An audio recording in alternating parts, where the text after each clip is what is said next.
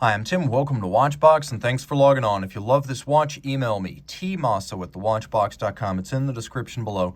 Your purchase and pricing email question line for buying this or any watch you see on any Watchbox platform. Please reach out to me directly. Email tmosso@thewatchbox.com for pricing. Today, we are discussing a lovely and versatile watch. This one was built in 2017, Breitling Superocean II 42. Lots to love. 42 millimeters in stainless steel. It's 14.3 millimeters thick. From lug tip to lug tip, 52.7 millimeters. It has a broad 22 millimeter spacing between the lugs.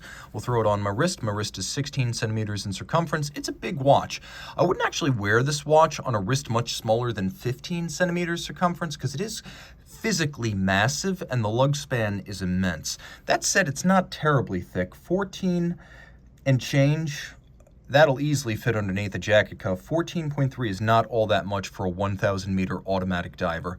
The timepiece, of course, has a luxurious strap, as Breitling straps, for some reason, seem to be thicker and more substantial than the price point of the watches would suggest. So we have a lot of bolstering or stuffing inside a very thick-cut calfskin leather strap. It's black. You can still see the pores of the original animal hide, so it's not over-refined. We have a contrasting stitch that looks great, and as you can see, a sheer-cut edge showing the layers of leather.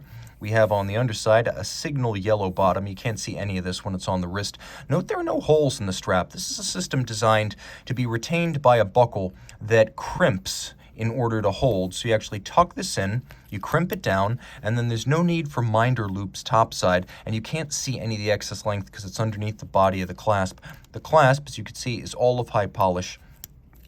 The watch includes a polished case flank with blended lugs, and then satination on the lug hoods. It's sort of a circular satin that runs circumferentially.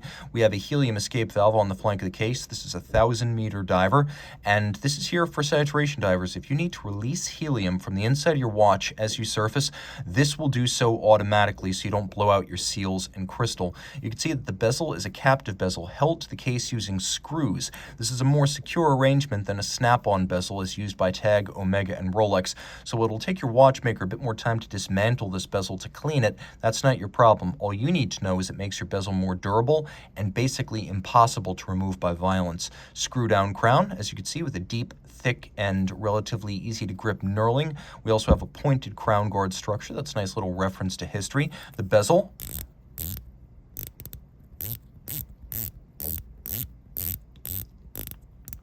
has one of the best bezel detent feels and sounds I've ever encountered. It is a 120 click bezel. We'll do a quick Lume shot here.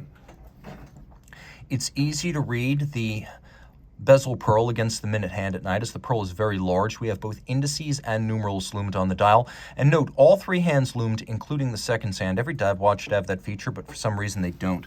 You can see that there are raised and satinated metal elements, but for the most part, the insert on this bezel is an inlay of rubber, and I found this to be extremely durable over time and unlikely to scratch or gouge. It certainly ages better than an anodized aluminum bezel. The dial is matte black to resist oxidation, military style, all Arabic numerals, and then inboard in 24-hour scale.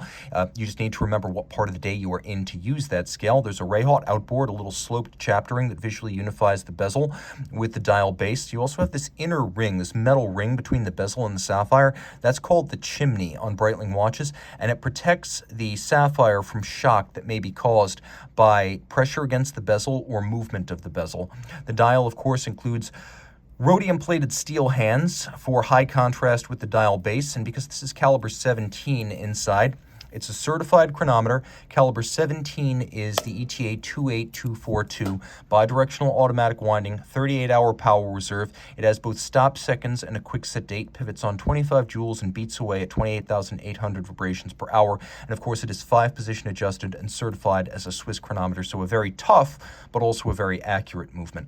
Reach out to Team Mosso at thewatchbox.com for purchase and pricing details.